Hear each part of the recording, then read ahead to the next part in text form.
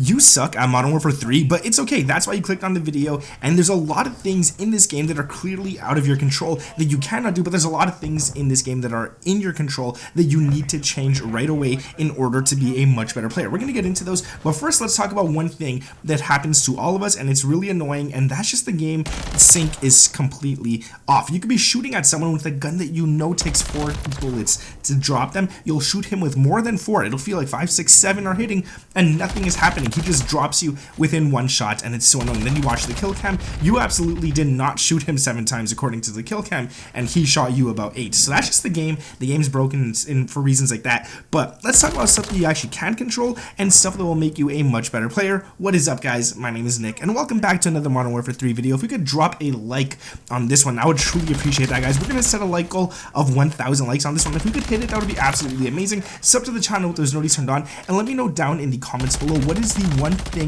that you know that you do that causes you to die all the time. Guys, we're going to be talking about 7 things that we are going to change to make it a lot better. And the one thing that I do that I'm going to talk about first in the number 7 spot is I have a reloading addiction. If you guys know what I'm talking about, you know the struggle, all right, man. Every time you look at your gun, no matter what it is, if there's 1 bullet missing from the magazine, you feel the urge or the need to reload it. Now, the bad part about this is that when you actually do reload your gun all the time, there's going to be a lot of situations where you reload it at a time that you should definitely not be touching it whatsoever. And because of that, you reload your gun, and then an enemy pops up out of nowhere, and there's nothing you could do. You could try to YY and cancel, you could try to swap weapons, but by the time you do actually do all that, you're going to be dropped, you're going to be killed, and it's just something that, in all honesty, I don't think it works out in a lot of people's favor. So what you want to do instead is reload your gun when you absolutely have to. If you shoot 5 bullets, you don't need to reload it, especially if you have a 40 or a 50 round mag. There's no need to reload it.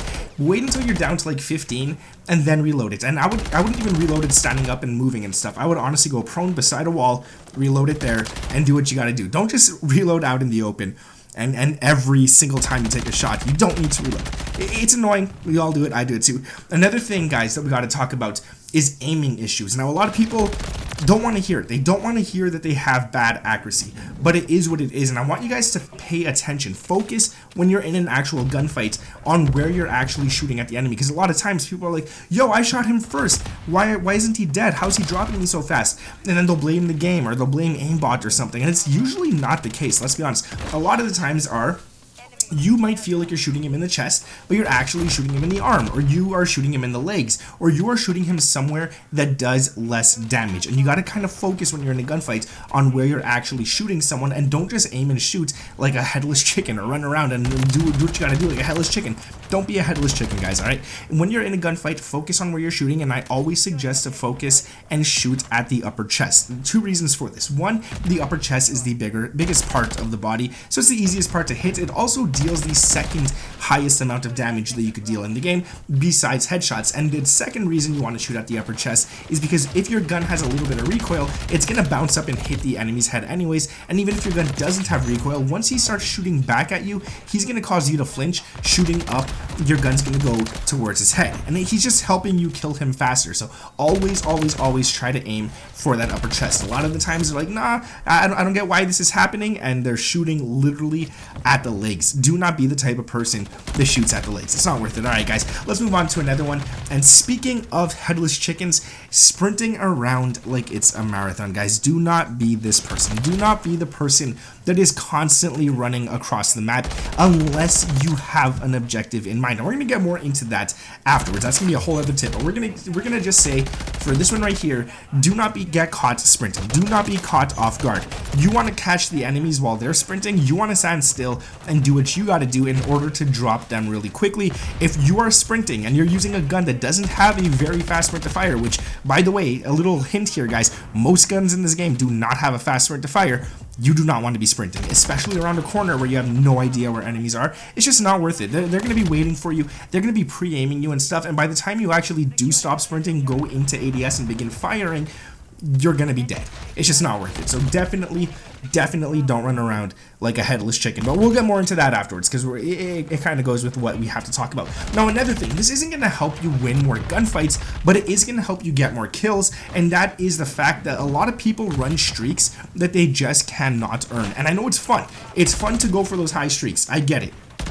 But you gotta make sure that you could consistently earn them, okay guys? Or at least 2 out of those 3 streaks that you have on should be earnable every single game. And the third one should be one that you strive to go for. Like myself, I have the Swarm on. I don't get it every single game, but I get it a lot. I get it enough to actually justify running it. But if you're the type of player who could barely get a Merciless, and nothing against you if you are, and by the way, Merciless is 10 kills without dying, then, well, one, change it to score streaks rather than kill streaks. It's going to help you better. Just hop on some objectives, and it does help out a lot. But 2, lower your kill streaks, guys. Lower it. You want to run a UAV, a sentry gun, and a VTOL. There's nothing wrong with running that. If you could run all those together, I'm not even sure. Maybe sentry gun and VTOL are in the same bracket. I don't know.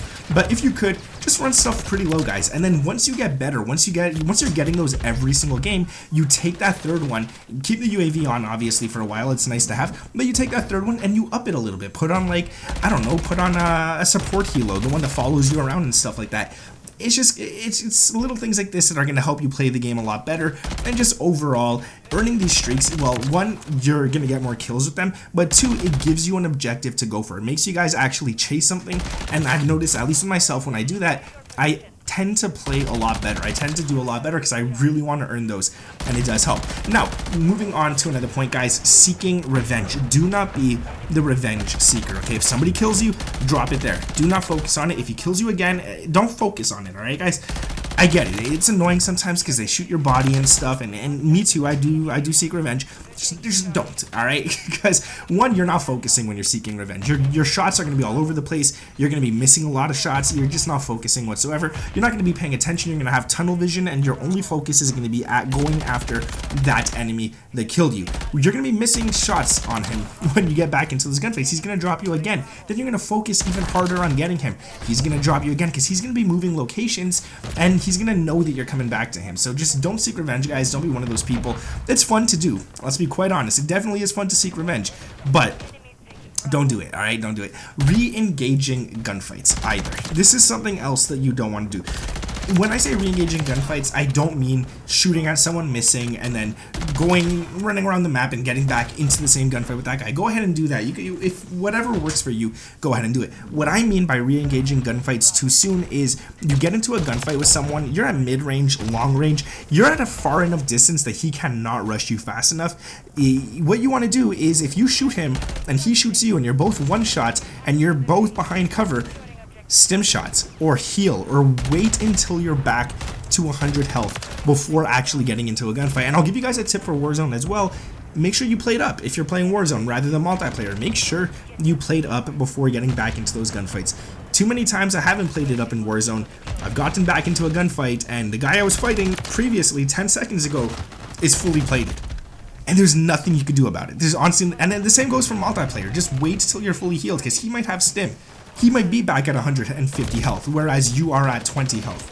So yeah, just wait it out, guys. Play smart and don't re-engage gunfights too soon. Now the last one I want to talk about, we kind of spoke about it earlier, but I want to go more into, I guess, detail about this one right here, and that's playing without an objective. And I'm not saying something like, oh, you're playing domination and you're not hopping on flags, or you're playing hardpoint and you're not jumping in the objective, or you're playing search and you're not planting and defusing.